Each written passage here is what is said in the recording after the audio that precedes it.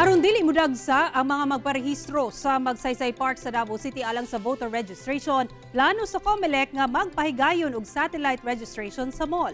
Ani ang report ni John D. Esteban. Dili na kaayo daghan ang nagparehistro sa Comelec Davao City Office sa Magsaysay Park karong nag-resume ang voter registration. Usa si Harvey sa mga miapas ato sa extension nga nagsugod niadtong Lunes. Sa importante nga na extension. Importante jud kay ma'am para makabuto mi karon na this year. Kay first time bara na mo ni magbuto. Karon lang sab nakahigayon si Emmeline nga mobisita sa Comelec. Para Change ang ma-change na ko akong status sa registration. Gihangyo sa Comelec ang mga buot magparehistro nga dili nahulaton ang deadline sa October 30 aron di magdasok. 500 ka tawo ra gihapon ang i-cater matag adlaw, 250 sa buntag ug ang katunga sa hapon. Gumikan kinira ang makaya nga iproseso sa buhatan. Kay taas-taas naman po ng extension, 3 weeks good.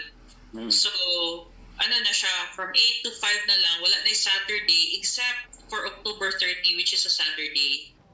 Giplanuhan nga magpahigayon og satellite voter registration sa mga mall ang Comelec Davao City aron dili na magtapok ang mga registrants dinhi sa Magsaysay Park.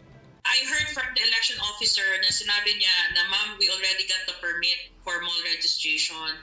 We already got the permit from the LGU. Ginahan-ay na lang sa Comelec kung asa kini ipahigayon.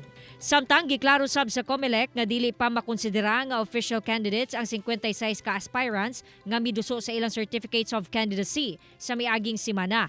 Gumikan moagi pa kini og screening sa Comelec ay sila makapagula og official list sa mga kandidato. Sa Davao City, 4 ang mudagan pagkamayor. Usa pa ka bisi-mayor, 3 ang mudagan ni si representative sa District 1, 2 sa District 2 ug 3 sa District 3. Samtang 18 ang miduso og COC pagkakonsehal sa District 1, 15 sa District 2 ug 10 sa District 3. Kauban si Jojo Solarte sa kamera. Ako si John D. Esteban para sa One Mindanao.